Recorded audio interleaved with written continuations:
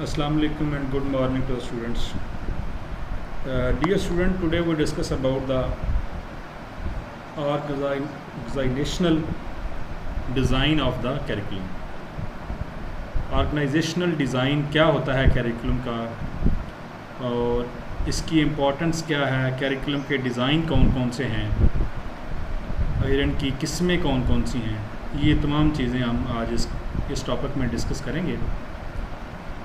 तो first of all, curriculum design is generally defined as the deliberate organization of the curriculum within the course or classroom. तो curriculum design अमूमन यही होता है कि जो हम किसी भी organisation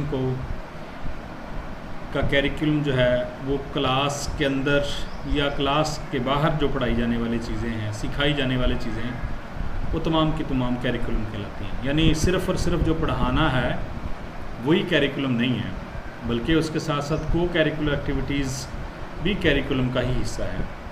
when instructor design their curriculum, they identify what will be done, who will be do, and when, as well as what the objective of the each course is.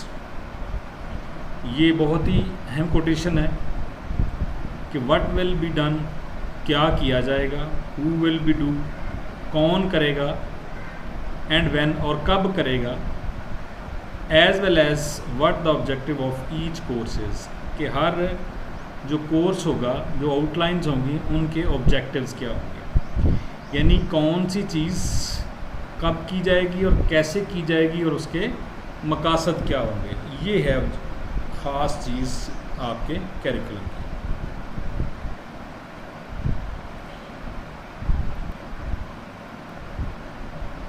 What is curriculum design and why its importance. Curriculum design क्या है और ये इसकी अहमियत क्या, ये क्यों इतना अहम है. Curriculum design is generally defined as the deliberate organisation of curriculum within the course और classroom. When instructor design their curriculum, they identify what will be done, who will do it, and when as well as what the objective of the each course is.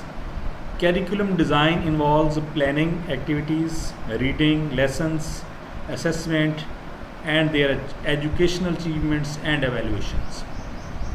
यानी ये ज़रूरी इसलिए है कि इसमें हम क्या करते हैं, कैरिकुलम का जो इसमें शामिल कौन कौन सी चीज़ें हैं. कैरिकुलम डिज़ाइन है, प्लानिंग एक्टिविटीज़ हैं, रीडिंग है, लेसन्स हैं यानी लेसन प्लान्स हैं, और फिर बच्चों की असेसमेंट और एवेल्यूएशन जो है, उनके एजुकेशनल गोल अचीव हुए या नहीं, उनके ऑब्जेक्टिव्स, इन तमाम की तमाम चीज़ों को हम इस कैरिकुलम के अंदर ही शामिल करते हैं.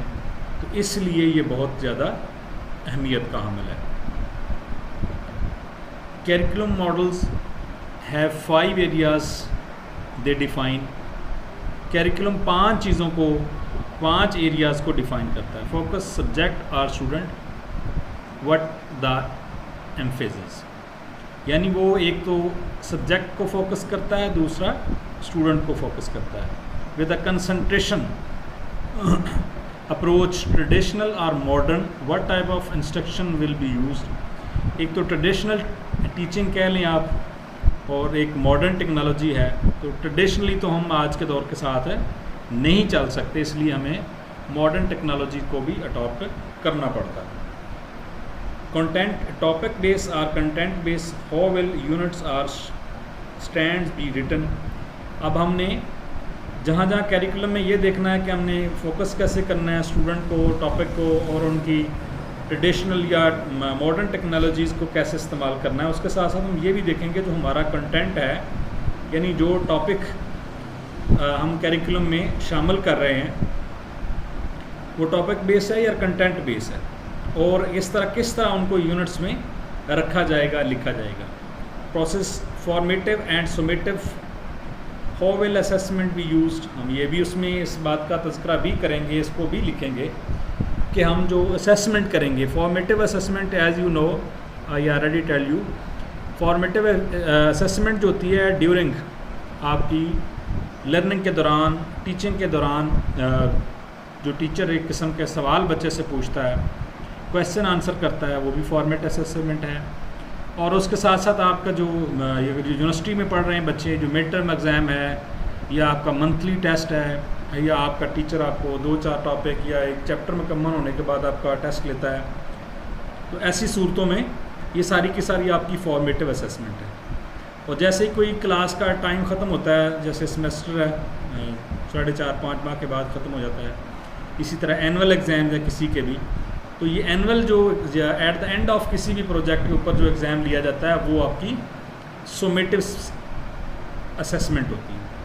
स्ट्रक्चर, सिस्टम, लीनियर और cyclical, how often does the curriculum gets reviewed, curriculum को कैसे रिव्यू किया जाएगा, उसका स्ट्रक्चर कैसा होगा, यानी वो किसी स्ट्रेट फॉरवर्ड में होगा या किसी सर्कुलेशन फॉरवर्ड में होगा।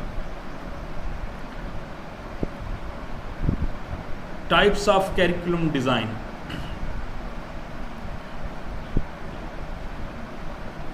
there are 3 categories of curriculum design differentiated by who or what the primary focus of the lessons, subject centered curriculum design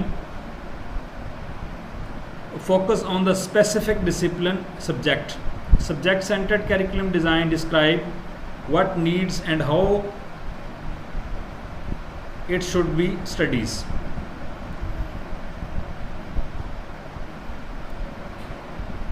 focus on the specific discipline, यानी सब्जेक्ट सेंटर्ड से मुराद यही है कि जिस तरह हम फिज़िकल एजुकेशन का बना रहे हैं तो फिर सिर्फ और सिर्फ उसमें फ़िज़िकल एजुकेशन को ही देखेंगे। अगर हम इंग्लिश का जो सिलेबस बना रहे हैं तो उसमें सिर्फ और सिर्फ इंग्लिश को देखेंगे। अगर हम इस्लामिक स्टडी का बना रहे हैं तो उसमें सिर्फ और सिर्फ एक टॉपिक को ही देखेंगे। अगर आप छोटी क्लासेस में देखें तो उसमें उर्दू की बुक में भी पाक स्टडी के कुछ टॉपिक्स होते हैं और फिर इस तरह इस्लामिक पॉइंट ऑफ व्यू से कोई बात होती है तो वो चीज़ें भी होती हैं।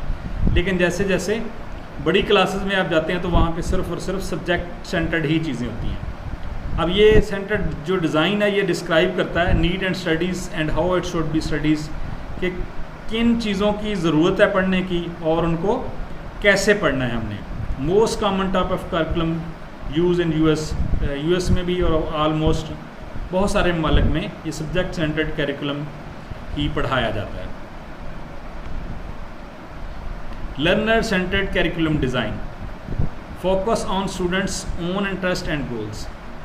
ये लर्नर से मुराद लर्नर सीखने वाले बच्चे, स्टूडेंट, तलबा हैं कि ये उन पे फोकस करता है स्टूडेंट के ऊपर और उनके इंटरेस्ट के ऊपर और उनके गोल के ऊपर। Acknowledges that students have a individual learning styles and therefore student not be subject to the standardised curriculum.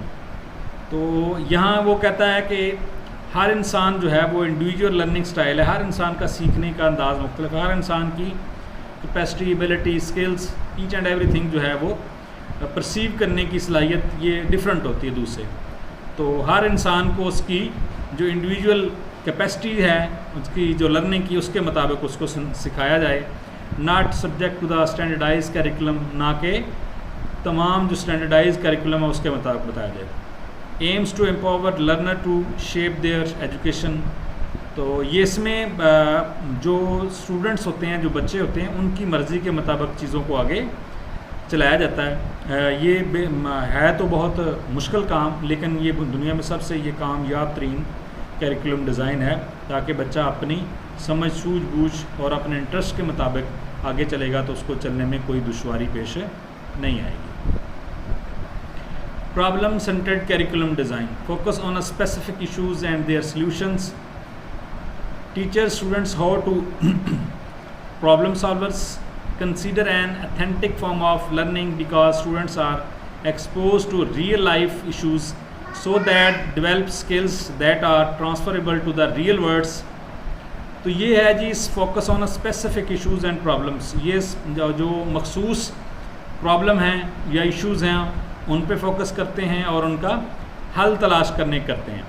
तो टीचर और स्टूडेंट जो हैं वो हाउ टू प्रॉब्लम सॉल्वर्स, किस तरह ये प्रॉब्लम सॉल्वर्स हो सकते हैं और रियली हो भी यही सकते हैं, क्योंकि स्टूडेंट्स को जो मसाइल दरपेश हैं उसका हल टीचर के पास है और जो टीचर को मसाइल दरपेश हैं उनका स्टूडेंट के पास है। यानी बच्चों का क्लास में इंटरेस्ट, उनकी अटेंडेंस, उनको समझ ना आना, और भी बहुत सारी चीज़ें हो सकती हैं जो बच्चों को दौरान स्टडी इन मसाइल का सामना हो। तो अगर टीचर और स्टूडेंट जो है वो मिलकर बैठेंगे तो वो उन मसाइल को हल कर लेंगे। तो ये प्रॉब्लम सेंटर्ड करिकुलम ये है कि जो ये इस तरह का करिकुलम डिज़ाइन बनाया जाता है उस सोसाइटी, उस कम्युनिटी की नीड्स के मुताबिक, उस मुल्क की आइडियालॉजी के मुताबिक, जो करिकुलम में फ्लॉज होते हैं, जो इश्यूज़ हैं, जो प्रॉब्लम हैं, उनको कैसे सॉल्व किया जाए और उनका कोई हल निकाला जाए। तो ये था आज का हमारा topic, organisational issue, design of curriculum, types of curriculum and its importance. तो नेक्स्ट इंशाल्लाह किसी और टॉपिक के साथ आपकी खिदमत में हाज़िर होऊंगा। तब तक के लिए अल्लाह हाफ़िज़।